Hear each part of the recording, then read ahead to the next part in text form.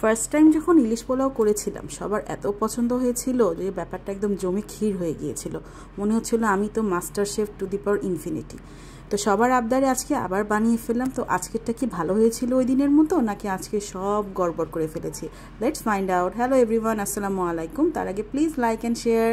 তো বুঝতেই পারছেন আজকের রেসিপিটা কি। আজকের রেসিপি হচ্ছে ইলিশ পোলাও, একদম শর্টকাট। আমি তো সব কিছুই শর্টকাট করে বেড়াই। টক দই, তার মধ্যে হচ্ছে একটু আদা রসুন বাটার, পেঁয়াজ বাটার দিয়ে ভালো করে মিক্স করে নিব। এরপর এখানে দিয়ে দিব হচ্ছে লবণ। লবণটা একটু অল্প দিব, কারণ ইলিশ মাছটা হচ্ছে আমি আগেই লবণ দিয়ে ভালো করে ধুয়ে মুছে পরিষ্কার করে নিয়েছি।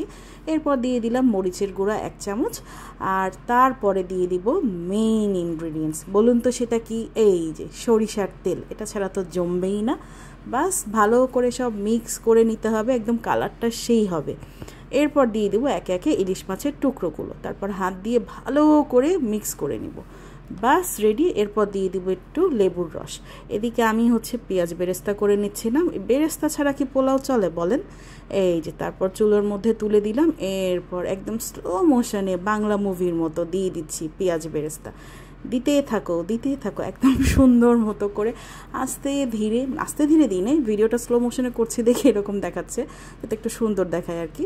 তো পেঁয়াজ বেরেস্তাটা খুব সুন্দর করে দিয়ে আমরা হচ্ছে একদম চামচ দিয়ে বা স্পুন দিয়ে, যেটাই বলেন, আস্তে করে মিক্স করতে হবে, আস্তে ধীরে শুনে। কারণ ইলিশ মাছ হচ্ছে একদম কি বলবো, মানে অনেক দামি জিনিস, মানে এটাকে হাত দিতেও ভয় লাগে। এই যে দেখুন কালারটা আস্তে আস্তে কি সুন্দর হয়ে যাচ্ছে।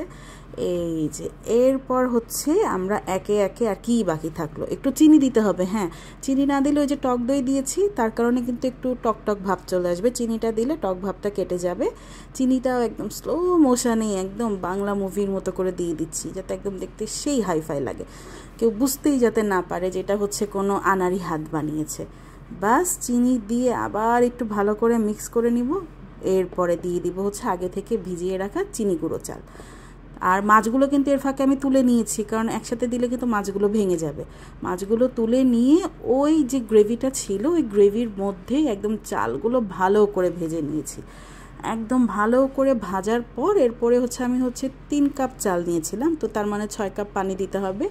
দিয়ে এই যে আর একটা মেইন ইনগ্রিডিয়েন্টস, কাঁচামরিচ দিলে যে খাবারের টেস্ট একবারে মানে ইমিডিয়েটলি বদলায় যায় কেন জানি, সেই লাগে। একদম ঝাল ঝাল করে একদম কাঁচামরিচ বেশি করে দিয়ে দিয়েছি। ব্যাস আর কিছুই না। একটু লবণ দিয়ে দিব পরে, ওটা বোধহয় ভিডিও নেওয়া হয় না। এই যে দেখুন কি সুন্দর করে হয়ে যাচ্ছে, মানে স্লো মোশনে। আবার মানে স্লো মোশনে ভিডিও করতে ভালোই লাগে, একটা বাংলা মুভির মতো ফিল আসে। কি সুন্দর কালার আসছে একদম, তাই না? দেখেই তো মনে হচ্ছে উফ, লোভনীয়। আসলে কি তাই হয়েছিল, না আজকে সব গড়বড় করেছি? এখনও বলবো না, শেষ পর্যন্ত ভিডিওটা দেখুন। এই যে আর কিছুই না। তারপর এখন সব অ্যাঙ্গেল থেকে একটু ভিডিও নিব, ছবি নিব, যাতে একদম মনে হয় উফ, রাজকীয় ব্যাপার স্যাপার। আর টেস্টের ব্যাপারে এখন বলি, আর লুকোচুপি করে কী লাভ, বাসার মানুষই তো খেয়েছে। আজকেরটাও নাকি অনেক মজা হয়েছে, কিন্তু আমার মেইন যে অডিয়েন্স, যে হচ্ছে আমার শাশুড়ি আম্মু, সে বলেছে যে হ্যাঁ আজকেরটা মজা হয়েছে, কিন্তু আগের দিনেরটার মতো হয়নি। আগের দিনেরটা একদম জমে ক্ষীর হয়ে গিয়েছিল। আজকেরটা 10-এ তুমি পাবা 7, 7.5, কিন্তু ওই দিনেরটা একদম 10 on 10 ছিল। তো আপনাদের কাছে কেমন লাগলো আমার ইলিশ পোলাও রেসিপিটা, অবশ্যই কিন্তু আমাকে কমেন্ট করে জানাবেন। আর নতুন কোনো রেসিপি দেখতে চাইলে সেটাও কিন্তু বলতে ভুলবেন না। Thank you for watching.